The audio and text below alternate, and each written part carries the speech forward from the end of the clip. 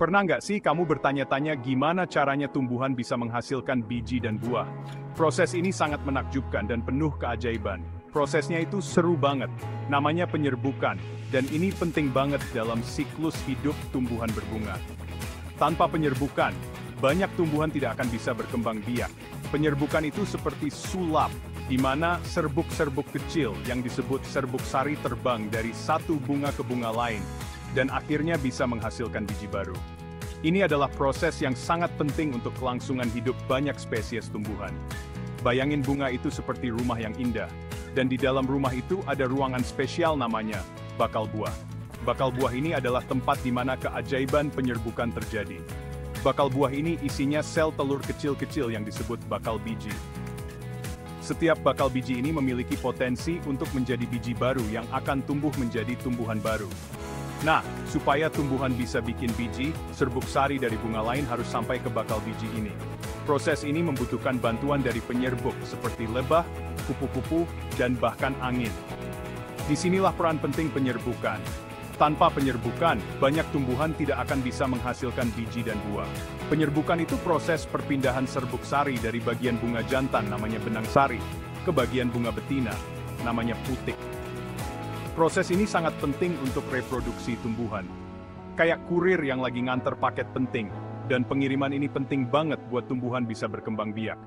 Tanpa kurir ini, banyak tumbuhan tidak akan bisa menghasilkan buah dan biji. Tanpa penyerbukan, kita nggak akan punya buah-buahan yang enak. Bunga-bunga warna-warni, sisek pada banyak wakars ekstutulsen.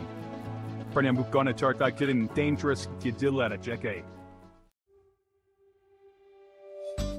Sama seperti ada banyak cara untuk mengirim surat, ada juga beberapa jenis penyerbukan. Penyerbukan adalah proses penting dalam siklus hidup tumbuhan. Salah satu cara mengelompokkannya adalah dengan melihat dari mana serbuk sari berasal. Serbuk sari adalah partikel kecil yang mengandung sel kelamin jantan tumbuhan. Kalau serbuk sari berasal dari tumbuhan yang sama, namanya penyerbukan sendiri. Ini adalah proses di mana serbuk sari jatuh ke stigma bunga yang sama. Kayak kita ngirim surat ke diri sendiri, tugasnya selesai, tapi nggak ada informasi baru.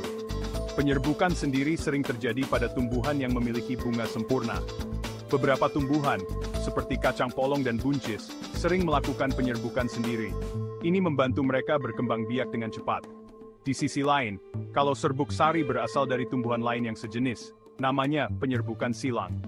Penyerbukan silang melibatkan transfer serbuk sari dari satu bunga ke bunga lain. Ini seperti kita mengirim surat ke teman, lebih beragam dan membantu tumbuhan menghasilkan keturunan yang lebih sehat dan beragam. Penyerbukan silang meningkatkan variasi genetik. Penyerbukan silang itu seperti pesta dansa besar-besaran untuk tumbuhan, memastikan keragaman genetik dan generasi mendatang yang lebih kuat. Ini adalah cara alam menjaga keseimbangan dan kesehatan ekosistem. Sekarang, mari kita bahas cara seru serbuk sari melakukan perjalanan. Penyerbukan abiotik bergantung pada benda mati seperti angin dan air untuk membawa serbuk sari yang kecil itu. Bayangkan bunga dandelion yang melepaskan ratusan bijinya ke angin, itu contoh sempurna penyerbukan angin, yang juga dikenal sebagai anemogami. Lalu ada penyerbukan air atau hidrogami, di mana serbuk sari berenang di sungai atau aliran air untuk mencapai bunga lain. Seperti naik perahu kecil untuk serbuk sari, menavigasi saluran air untuk menyelesaikan misinya. Penyerbukan abiotik adalah contoh menarik bagaimana tumbuhan beradaptasi untuk memanfaatkan kekuatan alam untuk bereproduksi. Mari kita lihat lebih dekat anemogami, proses penyerbukan yang didorong oleh angin. Tumbuhan yang mengandalkan penyerbukan angin biasanya memiliki bunga kecil dan kusam yang tidak perlu menarik serangga. Contohnya rumput, jagung, dan pohon oak, bunganya tidak mencolok karena tidak perlu. Sebaliknya, mereka menghasilkan serbuk sari dalam jumlah besar dan ringan yang mudah terbawa angin. Tumbuhan ini juga memiliki kepala putik yang panjang dan berbulu yang bertindak seperti jaring, menangkap serbuk sari yang berterbangan di udara. Anemogami adalah bukti kekuatan angin sebagai kekuatan alam, bahkan di dunia reproduksi tumbuhan yang lembut. Bagian 5, Keajaiban Hidrogami. Sekarang mari kita selami dunia bawah air hidrogami. Meskipun lebih jarang daripada penyerbukan angin, ini sama menariknya. Tumbuhan yang hidup di atau dekat air, seperti lamun dan beberapa gulma kolam, telah beradaptasi untuk menggunakan arus air untuk mengangkut serbuk sari mereka.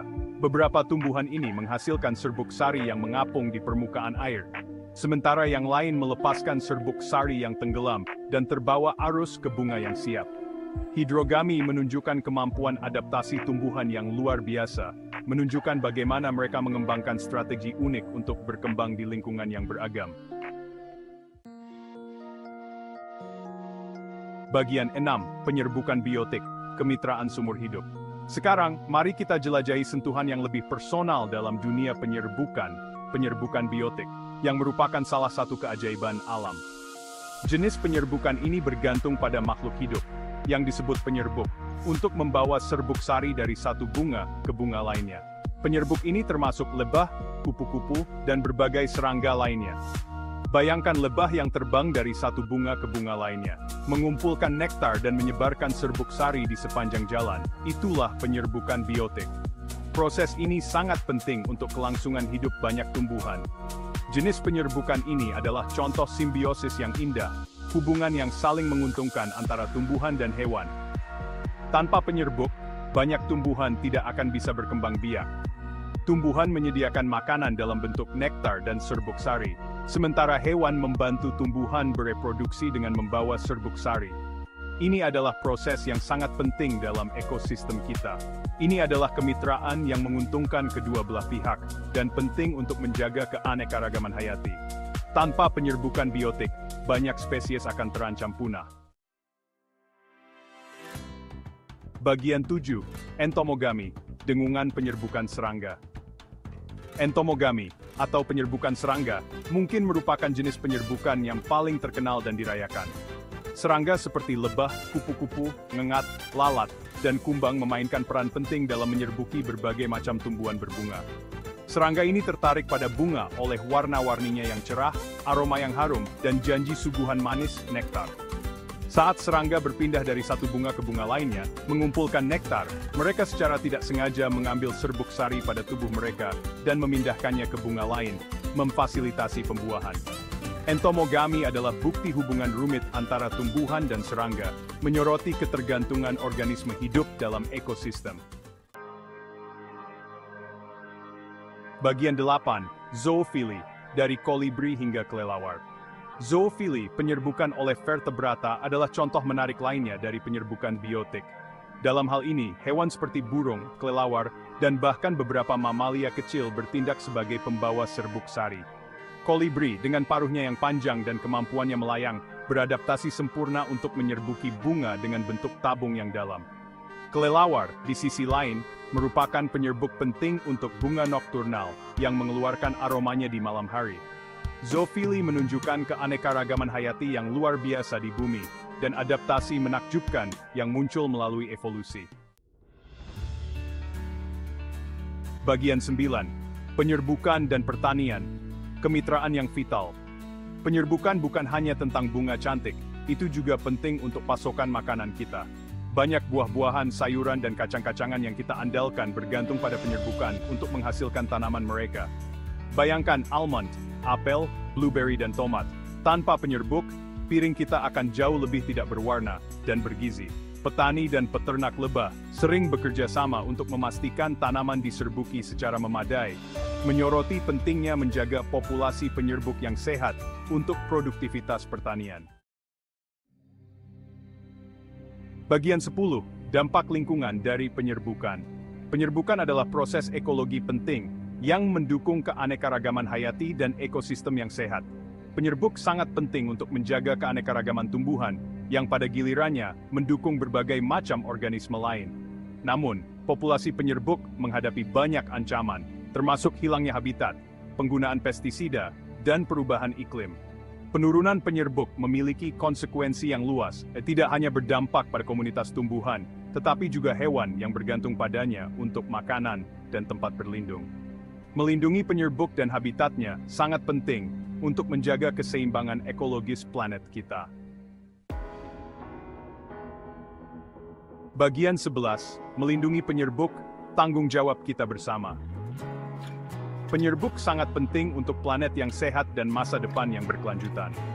Kita semua dapat berperan dalam melindungi makhluk-makhluk penting ini dengan menanam kebun ramah penyerbuk dengan berbagai tanaman berbunga, mengurangi atau menghilangkan penggunaan pestisida di kebun dan halaman kita, mendukung peternak lebah lokal dan membeli madu produksi lokal, meningkatkan kesadaran tentang pentingnya penyerbuk dan ancaman yang mereka hadapi. Dengan mengambil tindakan untuk melindungi penyerbuk, kita tidak hanya melindungi pasokan makanan kita, tetapi juga berkontribusi pada dunia yang lebih sehat dan lebih beraneka ragam hayati.